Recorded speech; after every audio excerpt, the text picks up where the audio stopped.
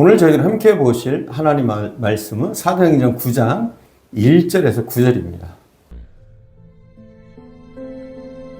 사울이 주의 제자들에 대하여 여전히 위협과 살기가 등등하여 대제사장에게 가서 다메섹 여러 회당에 가져갈 공문을 청하니, 이는 만일 그 도를 따르는 사람을 만나면 남녀를 막론하고 결박하여 예루살렘으로 잡아오려 함이라. 사울이 길을 가다가 다메섹에 가까이 이르더니 호련히 하늘로부터 빛이 그를 둘러 비추는지라. 땅에 엎드러져 들음에 소리가 있어 이르시되, 사울아, 사울아, 네가 어찌하여 나를 박해하느냐? 주여, 누구시니까? 나는 네가 박해하는 예수라. 너는 일어나 시내로 들어가라. 네가 행할 것을 네게 이룰 자가 있느니라. 같이 가던 사람들은 소리만 듣고 아무도 보지 못하여 말을 못하고 서 있더라. 사울이 땅에서 일어나 눈은 떴으나 아무것도 보지 못하고 사람의 손에 끌려 다메섹으로 들어가서 사흘 동안 보지 못하고 먹지도 마시지도 아니하니라. 예수님 만나서 변화된 사람들의 이야기가 바로 성경입니다. 구원이란 변화입니다.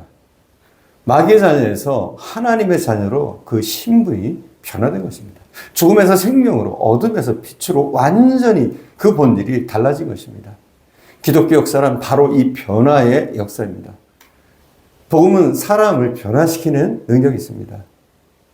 지금보다 좀 더 윤리적인 사람이나 좀 더 교양 있는 사람이 되는 것이 기독교 신앙이 추구하는 것은 아닙니다. 구원은 인간이 노력해서 얻을 수 있는 그 무엇이 아닙니다. 구원은 새로운 존재로 다시 태어나는 것입니다. 그래서 예수님께서 사람이 물과 성령으로 거듭나지 아니하면 하나님 나라에 들어갈 수 없느니라고 말씀하셨습니다. 다시 태어나는 것이 구원입니다. 재창조가 구원입니다. 오늘 본문은 사울이 예수님을 만난 회심의 사건이 기록되어 있습니다. 한 사람이 예수를 만나 변화된다는 것은 놀라운 일입니다. 예수님 만난 그 한 사람, 자신의 변화도 중요하지만 한 사람의 변화는 가정과 사회의 변화, 그리고 민족과 세계의 변화로 이어집니다. 우리가 제대로 변화되지 못해서 그렇지, 정말 우리가 사울처럼 예수님을 충격적으로 만난다면 우리의 가정을 변화시킬 수 있습니다. 사회와 민족 그리고 세계를 변화시킬 수 있을 것입니다. 한 가정의 변화는 사실 알고 보면 가족 중에 한 사람이 예수를 제대로 만나 변화되는 것으로부터 시작됩니다. 심지어 한 사회, 한 민족의 변화도 한 사람으로부터, 한 사람이 예수님을 만나는 그 변화의 사건부터 시작되는 겁니다. 사실 바울은 변하기 어려운 사람이었습니다. 우리가 아는 것처럼 사울은 변화되기 어려운 사람이었습니다. 그는 엄격한 바리새파 유대주의 배경에서 자라났습니다. 그는 히브리인 중에 히브리인이었습니다. 나면서부터 할례를 받았고 유대 전통과 율법에 정통한 사람이었습니다. 그가 길리기아 다소 출신이라는 말은 그가 헬라의 문화와 철학 그리고 로마의 정치와 법에 익숙하다라는 말이기도 합니다. 또 그는 태어나면서부터 로마의 시민권을 가지고 있었습니다. 태어나면서 로마의 시민권을 가졌다는 말은 대단한 가문적인 배경도 있었다는 그런 말입니다. 그뿐 아니라 그는 당대의 석학으로 알려져 있던 랍비 가마리엘 문화에서 공부를 했습니다. 그는 당대의 최고의 엘리트 중에 하나였습니다. 이런 사실을 두고 볼 때 사울이 예수 믿는 사람을 잡아서 감옥에 집어넣고 교회를 핍박하게 된 것은 그냥 맹목적인 것은 아니었다고 판단할 수 있습니다. 그는 나름대로 자신의 철학과 신학이 있는 사람이었습니다. 그는 자신이 하고 있는 일, 예수 믿는 자를 잡아오는 그 일, 여기에 대해서 분명히 확신이 있는 사람이었습니다. 그렇기 때문에 스테반을 돌로 치는 일에 앞장섰고 예수 믿는 자들을 핍박하는 일에 모든 생애를 걸었습니다. 그는 예수 믿는 것을 잘못 바라봤습니다. 그는 예수 믿는 것은 잘못된 신앙이며 예수 믿는 사람을 없애는 것이 바로 하나님께 충성하는 것이라고 생각했습니다. 사실 그의 이러한 결심은 그 방향이 잘못된 것이었습니다. 그가 예수님이 누구신 줄 제대로 알았더라면 이런 일이 생기지 않았을 겁니다. 그러나 예수님이 누구신지 모르기 때문에 이런 일들이 생긴 것이었습니다. 우리 중에도 이런 사람들이 있습니다. 예수 믿는 것을 그저 맹목적으로 싫어하는 사람도 있지만 분명한 이유를 가지고 분명한 소신이나 철학을 가지고 싫어하는 사람도 있습니다. 이런 사람들이 정말 변화되기 어려운 사람들입니다. 이런 분들은 교회 이야기나 예수 이야기를 하면 아예 들으려고도 하지 않습니다. 이런 분들은 참으로 변화되기 어렵습니다. 혹시 이런 남편이나 이런 가족을 둔 사람은 위로받으시기 바랍니다. 그렇게 변화되기 어려웠던 사울이 변화되니까 로마 세계를 뒤흔들어 놓는 사도 바울이 되었습니다. 여러분 소망을 가지시기 바랍니다.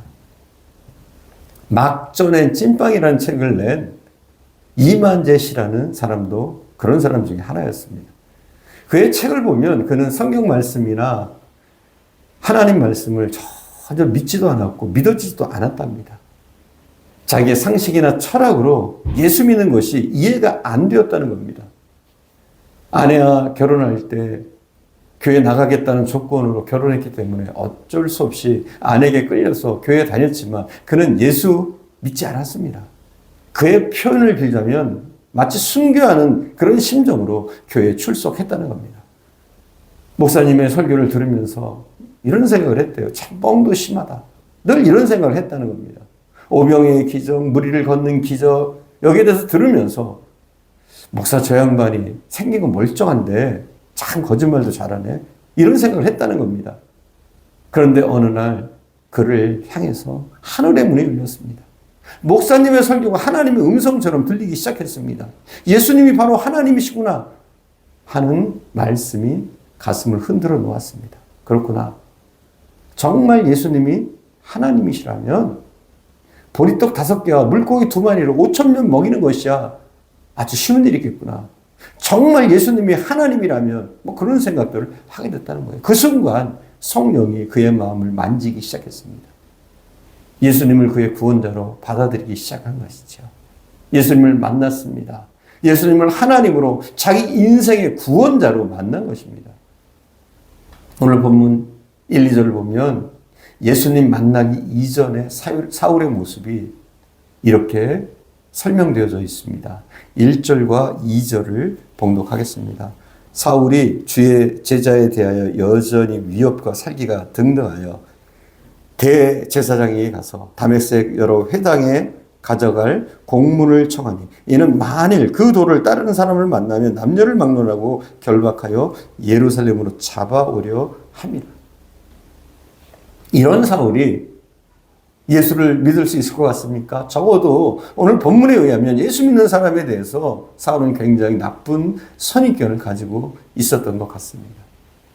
예수 믿는 사람은 밥맛이야. 예수 믿는 사람은 모조리 없어져야 돼.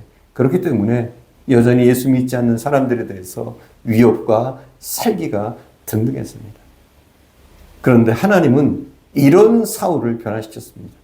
하나님이 볼 때 사울이 비록 교회를 핍박하지만 지금 현재는 그가 핍박하고 있지만 로마 세계를 변화시킬 준비가 되어 있는 사람이었던 것 같습니다. 하나님은 사울을 향한 놀라운 계획을 가지고 계셨습니다. 그리고 또한 우리는 하나님이 사울을 어떻게 변화시켜서 쓰셨는지를 너무나 잘 알고 있습니다. 하나님 앞에 또 주님의 역사신 가운데 변화되지 못할 사람은 단 한 사람도 없는 줄 믿습니다.